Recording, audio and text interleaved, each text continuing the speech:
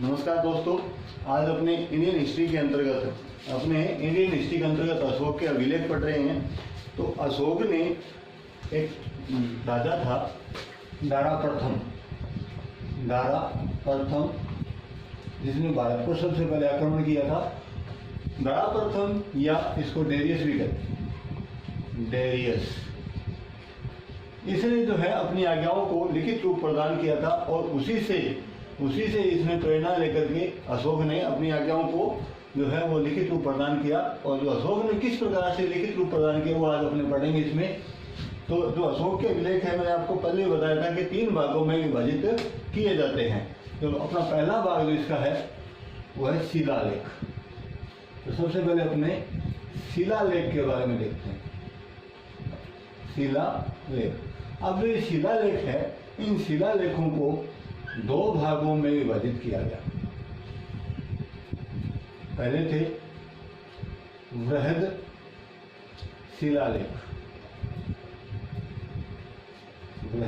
शिलालेख, जो दूसरे हैं वो है लघु शिलालेख।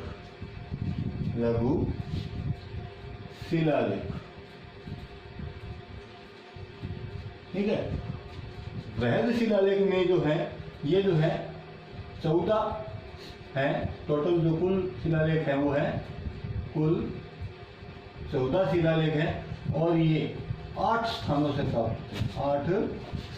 प्राप्त होते हैं। ठीक है।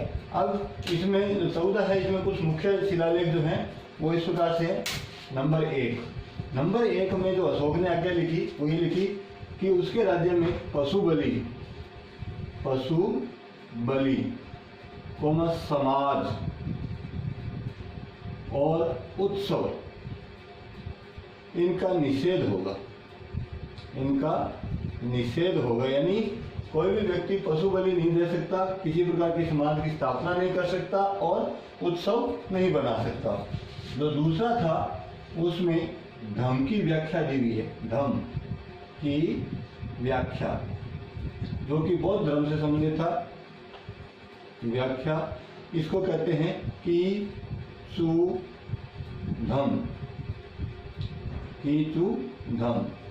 इसमें क्या है, चेर, चोल, पांडे, केरल पुत्र और सतीय पुत्र, इन राज्यों का उल्लेख भी हमें देखने को मिलता है। ठीक है। 3 नंबर पे जो था उसमें कहा गया, इसमें जो राजदूत जो थे, राजदूत को कहते हैं न्यायाधीश। उस समय में जो न्यायाधीश थे उनको राजदूत कहा जाता था।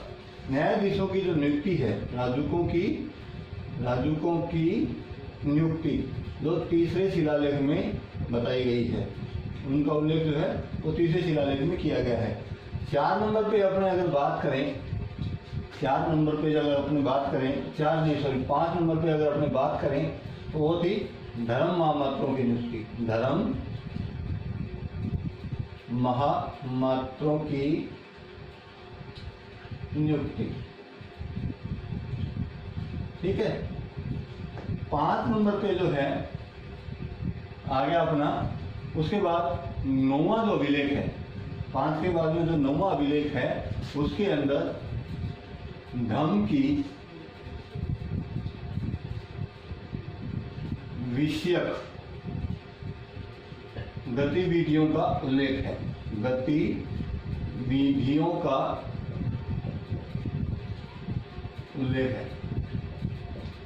यानी धर्म से जो संबंधित जो भी गतिविधियां थी उनका उल्लेख 9वें शिलालेख में प्राप्त होता है। उसके बाद बात करें 11वें की। 11वें में जो है वह है धर्म की विशेषताएं।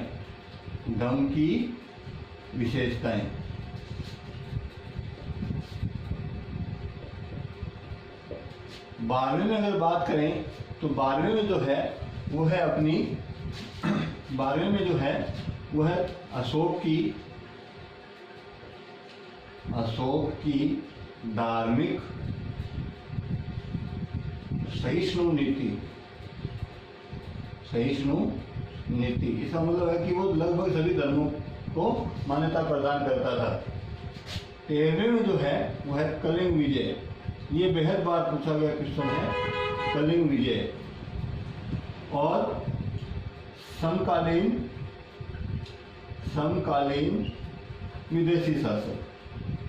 विदेशी शासक, इनका जो उल्लेख है वो 13वें में मिलता है। तो इस प्रकार से जो बृहद शिलालेख है वो 14 थे और 8 स्थानों से वो प्राप्त होते हैं। जो पहला, दूसरा, तीसरा, 5वां, ये कुछ मुख्य हैं। और इसमें आप अगर स्क्रीनशॉट लेना चाहो तो ले सकते हैं।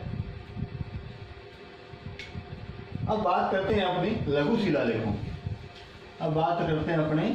लघु शिलालेखों में क्या था?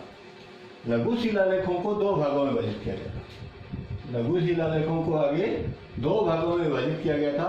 पहले थे प्रथम लघु शिलालेख और एक थे द्वितीय लघु शिलालेख। ठीक है। प्रथम लघु जो शिलालेख हैं वो कौन कौन से थे? पहला था अहरोरा, यूपी के अंदर है। ठीक है। अहरोरा जो है वो यूपी में है। इसमें क्या कहा गया कि जो बुद्ध के अवशेष हैं उन पर अवशेषों पर स्तूप स्थापना। ठीक है। बुद्ध के जो अवशेष हैं उन पर स्तूप की स्थापना का जो उल्लेख है वो अहरोरा अभिलेख में मिलता है। उसके बाद बात अपनी करें कि इसके अंदर जो अशोक था, अशोक का धर्मावलंबी यानी धर्म को मानने वाला, धर्मावलंबी होने का प्रमाण मिलता है। ठीक है। ये 2 चीजें थी इसके अंदर। एक तो जो बुद्ध के अवशेष थे वो उनकी स्थापना का उल्लेख है और दूसरा अशोक के धर्मावलंबी होने का है। 2 नंबर पे अगर अपनी बात करें वो है भाबरू। ये कहाँ पर है? बैराठ जयपुर में है। ठीक है। बैराठ जयपुर राजस्थान में पड़ता है अपना। इसके अंदर क्या है? एक तो धम, ठीक है, संघ और बुद्ध, इनके प्रति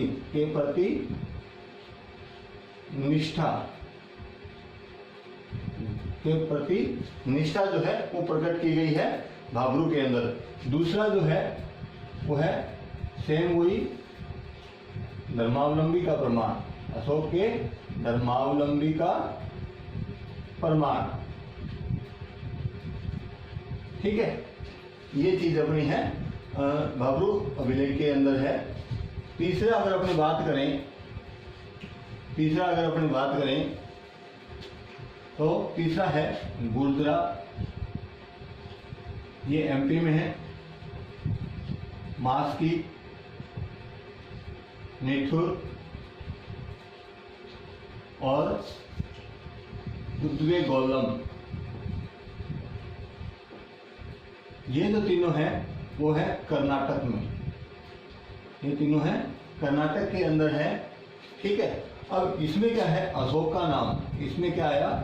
जो अशोक है, अशोक का नाम अशोक मिला है, अशोक मिलता है। ठीक है। गुर्जरा, मास्की, निठुर और उद्वेगोलम में जो अशोक का नाम है वो अशोक मिलता है। और जो ये तीनों हैं ये कर्नाटक में है और ये एमपी के अंदर है। 4 नंबर पे अपने अगर बात करें तो वो है हाथी गुम्फा।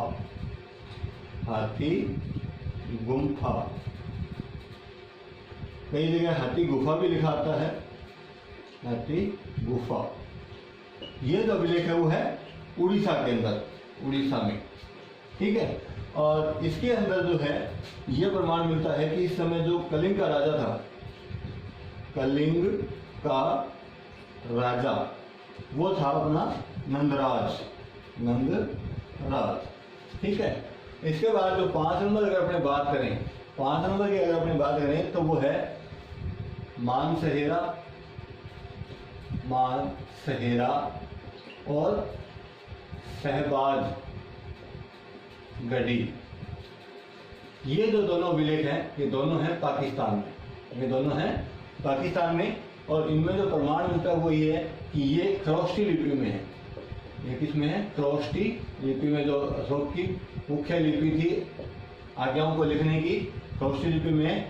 ये जो लिपि है वो दाएं से बाएं लिखी जाती थी, दाएं से बाएं लिखी जाती थी, इस साइड से इस साइड की ओर लिखी जाती थी। 6 नंबर पे बात करें तो वो अपना आता है एक तो तक्षशिला, तक्षशिला, और एक आता है अपना लगमान, लगमान। ठीक है। ये पाकिस्तान में है, ये अफगानिस्तान में है। ठीक है। लगमान जो है वो अफगानिस्तान में है।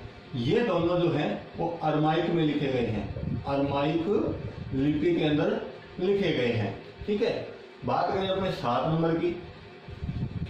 7 नंबर जो है वह है सर-ए-कुना, सर-ए-कुना, अफगानिस्तान में है। ये कहाँ है? अफगानिस्तान में है। और ये द्विलिपीय है। ये क्या है? द्विलिपीय। कौन कौन सी इसमें लिपि? एक तो है अरमाइक और एक है ग्रीक। ठीक है। ये 2 लिपियां हैं सर-ए-कुना में। आरपीएससी फर्स्ट ग्रेड हिस्ट्री 2018 में पूछा गया ये क्वेश्चन है। वो पूछा इस प्रकार से गया था कि निम्न में से कौन सा अभिलेख द्विलिपीय है, तो वो है सर-ए-कुना। ठीक है। इसके अलावा और भी हैं, जैसे अपने बात करें, आप इसका स्क्रीनशॉट ले लें पहले। इसके अलावा जो है अपने वो है एक है रूपनाथ, रूपनाथ एमपी में, एरागुड़ी आंध्र प्रदेश में, आंध्र प्रदेश में, और एक अपना है सहसराम, सहसराम, ये बिहार में पड़ता है। तो ये जो अभिलेख हैं ये सारे प्रथम लघु शिला लेख में आते हैं। ठीक है।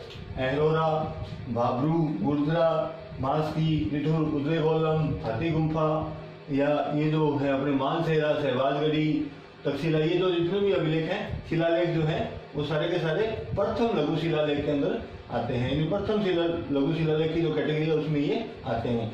आगे अपने बात करते हैं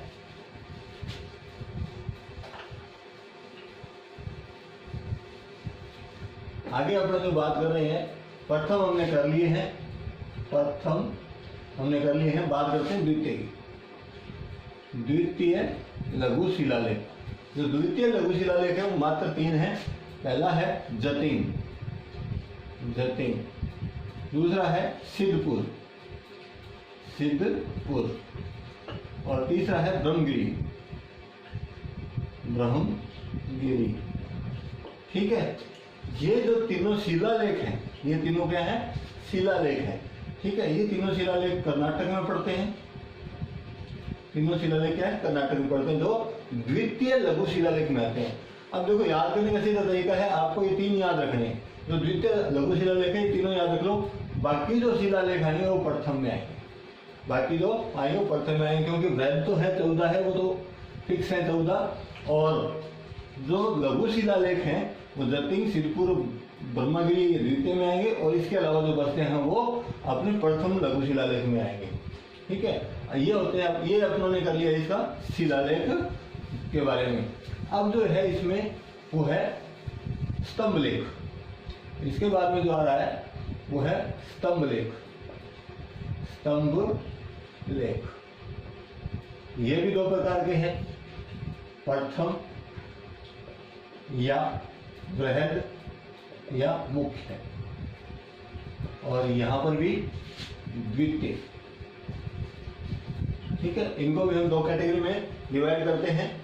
ये जो बृहद शिलालेख स्तंभ लेख जो है वो 6 स्थानों से प्राप्त होते हैं। इनमें 7 आज्ञाओं का उल्लेख है। कितनी आज्ञाओं का? 7 आज्ञाओं का उल्लेख है। और इनकी जो विषय वस्तु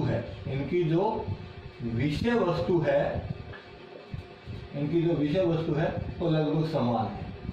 ठीक है, अब देखते हैं कि इसमें कौन कौन से आ रहे हैं। 1 नंबर पर दिल्ली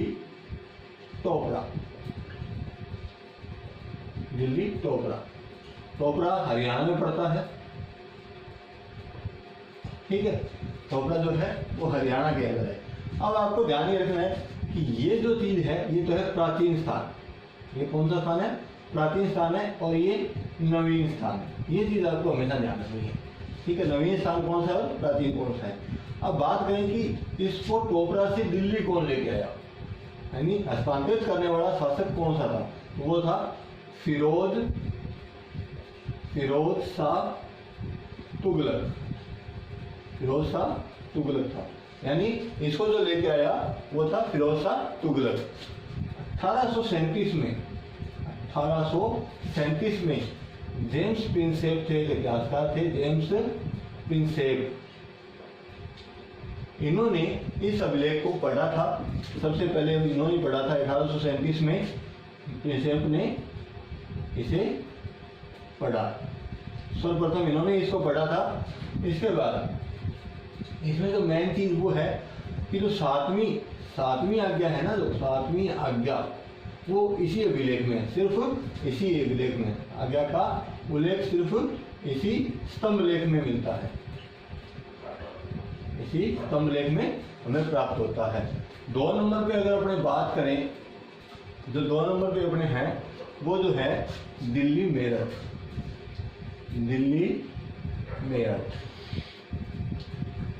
मेरठ जो है यूपी के अंदर आता है। मेरठ है वो यूपी में आएगा। इसमें क्या है, दिल्ली मेरठ का जो हस्तांतरित करने वाला ये प्राचीन है, ये नवीन है। ठीक है, तो जो दिल्ली लेके आया वो कौन था? फिरोज शाह तुगलक। इसमें भी कौन था? फिरोज शाह तुगलक। ठीक है, 3 नंबर पे अपने बात करें इलाहाबाद कौशाम्बी। तीसरा क्या था? इलाहाबाद कौशाम्बी का जो हस्तांतरित करता था, यानी पहले कौशाम्बी में था, वो किस में आ गया? इलाहाबाद में ले आया गया था। वो लाया था अकबर। कौशाम्बी में इसको लाया था अकबर। ठीक है, इसमें क्या है? रानी कारूवाकी अशोक की पत्नी थी।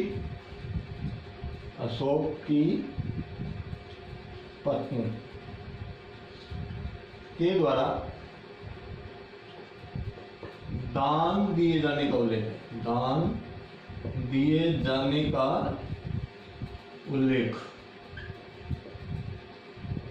दान दिए जाने का उल्लेख इसमें हमें प्राप्त होता है। इसलिए इसको क्या कहते हैं? रानी का अभिलेख। ये क्वेश्चन बेहद बार पूछा गया कि रानी का अभिलेख किस स्तंभ लेख को कहा जाता है? इलाहाबाद कौशाम्बी को कहा जाता है। दोनों यूपी में है, दोनों ही जो है वो यूपी में है। ठीक है, इसके बाद इसके अंदर 4 मेन शासक, 3 शासक और एक रानी कारूवकी के लेख उत्कीर्ण हैं। तो इसमें कौन कौन से थे? अशोक। ठीक है, अशोक आ गया, एक कारूवकी,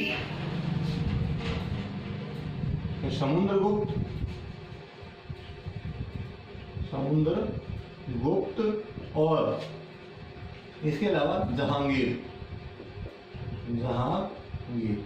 इन चारों के जो लेख हैं इसमें उत्कीर्ण है, कि लेख इसमें उत्कीर्ण है।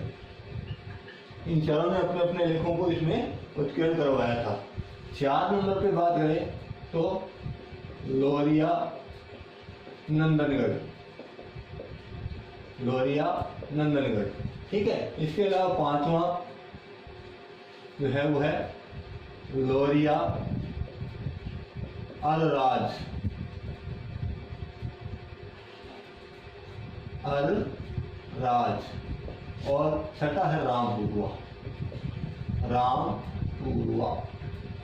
ठीक है, ये जो है वो अपने क्या है, तीनों के तीनों बिहार में है। तीनों के तीनों कहां पर है, बिहार में। तो ये 6 स्तंभ लेख जो है वो द्वितीय स्तंभ लेख है। ठीक है, सॉरी ये प्रथम बृहद या मुख्य स्तंभ लेख है दिल्ली टोपरा, दिल्ली मेरठ, इलाहाबाद कौशाम्बी। ये सबसे ज्यादा इंपॉर्टेंट है, इसमें से क्वेश्चन बहुत बार पूछा जाता है।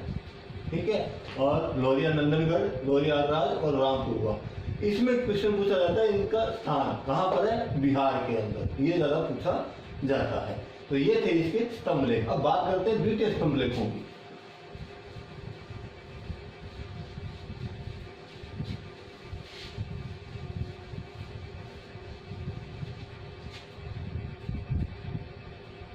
बात अपने करेंगे द्वितीय स्तंभ लेखों। द्वितीय स्तंभ लेख में जो पहला है वो है रुमनदेई। ठीक है, रुमनदेई जो है, रुमनदेई जो है वो अपना पड़ता है नेपाल में, नेपाल। अशोक जो था, जो अशोक था वो अपने शासनकाल के, अपने शासनकाल के, शासनकाल के 20वें वर्ष, शासनकाल के 20वें वर्ष लुम्बिनी यात्रा पर गया था। लुम्बिनी यात्रा पर गया। ठीक है, और इसने यहाँ पर जो राजस्व कर था, राजस्व कर वो 1/8 कर दिया था, 1/8 कर दिया था। इस बात का उल्लेख हमें कहाँ मिलता है, रुमनदेई स्तंभ लेख के अंदर। इसके बाद जो बुद्ध थे, महात्मा बुद्ध थे, उनका जन्म संबंधी प्रमाण, जन्म संबंधी प्रमाण वो हमें मिलता है इस रुमनदेई अभिलेख से। 2 नंबर पे बात करें अपने तो 2 नंबर पे था सारनाथ। सारनाथ एमपी में पड़ता है। ठीक है, और इसमें जो है वो 4 शेरों की मूर्ति है, 4 शेरों की मूर्ति है। ठीक है, एक राष्ट्रीय चिन्ह, राष्ट्रीय चिन्ह भी से हमें प्राप्त होता है, जिसको हम क्या कहते हैं, अशोक चक्र। अब इसमें जो तिलियां हैं, हम जो अपने ध्वज के अंदर अशोक चक्र देखते हैं उसमें 24 तिलियां हमें दिखाई देती हैं, लेकिन वास्तविक रूप में जो है इसमें 32 तिलियां हैं, 32 तिलियां, 32 तिलियां और 24 तिलियां दोनों ही हैं। जो हमने 24 तिलियों का उपयोग किया है वो ध्वज के अंदर किया है। ये महात्मा बुद्ध के 32 गुण थे और ये जो है वो महात्मा बुद्ध के 24 सत्य थे, 24 सत्य थे। ठीक है, इसके अलावा जो है वो है निगलिवा, निगलिवा नेपाल में, सांची एमपी में, ब्रह्मगिरी, ब्रह्मगिरी, ये ब्रह्मगिरी अपने शिलालेख में भी है और इसके अंदर भी है। कर्नाटक, यहाँ पर स्तंभ लेख भी हमें प्राप्त होता है, कर्नाटक। संकीसा, ठीक है, और संकीसा के अलावा जो है वो अपना यहाँ पे पड़ता है।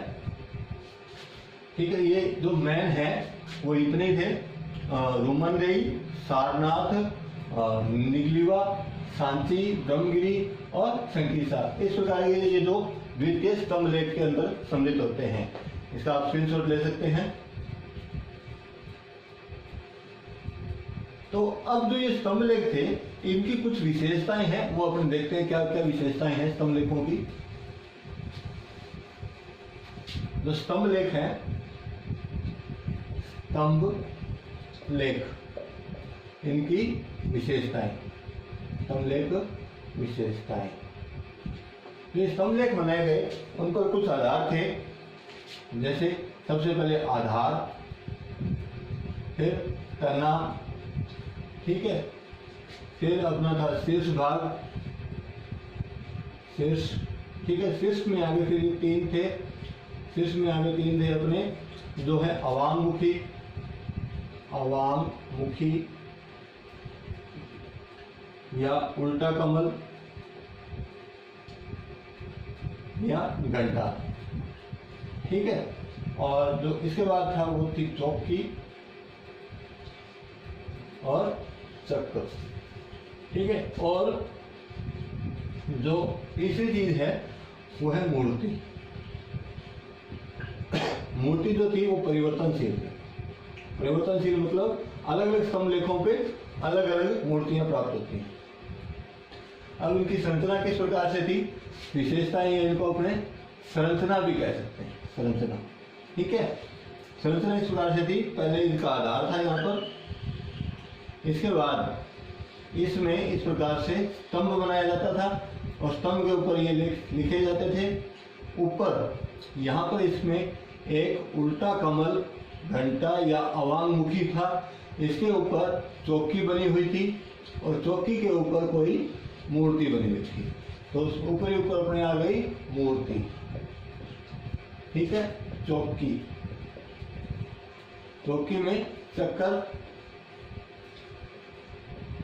ठीक है, ये उल्टा कमल, अवांगमुखी या घंटा, ये तना और ये आधार, ये चीज है आधार, ठीक है। इस प्रकार से इनकी संरचनाएं थी। अब जो स्तंभलेख है इनपे ये जो मूर्ति है परिवर्तनशील थी और अलग अलग स्तंभलेखों पे अलग अलग मूर्तियां मिलती हैं जो कि महत्वपूर्ण क्वेश्चन के रूप में आती हैं, और कौन कौन सी थी वो अपने देखते हैं, ठीक है। अब देखते हैं इसमें वो कौन कौन सी ऐसी मूर्तियां थी जो हमें मिलती हैं। पहला था सारनाथ। सारनाथ में जो मूर्ति मिलती है वो 4 शेरों की है, 4 शेरों की मूर्तियां, शेरों की मूर्ति, ठीक है। दूसरा जो था वो था रामपुरवा, बैल की मूर्ति।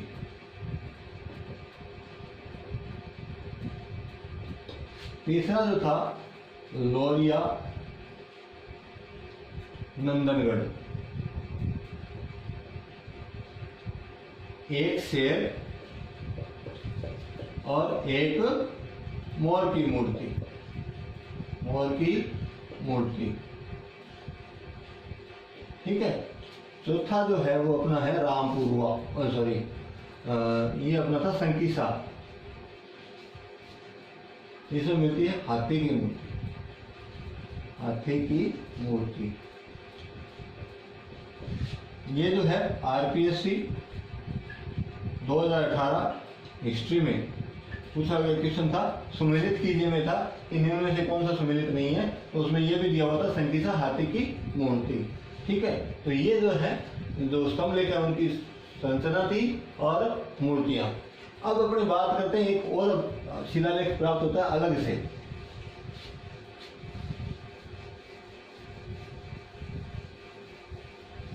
अब जो है वो है अशोक का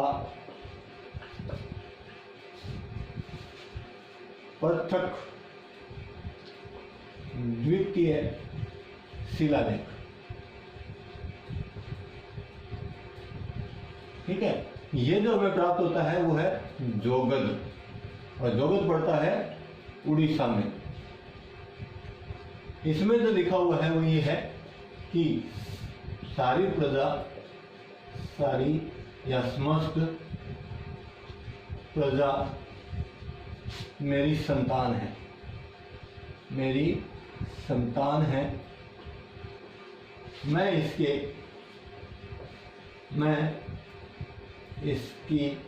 इसके कल्याण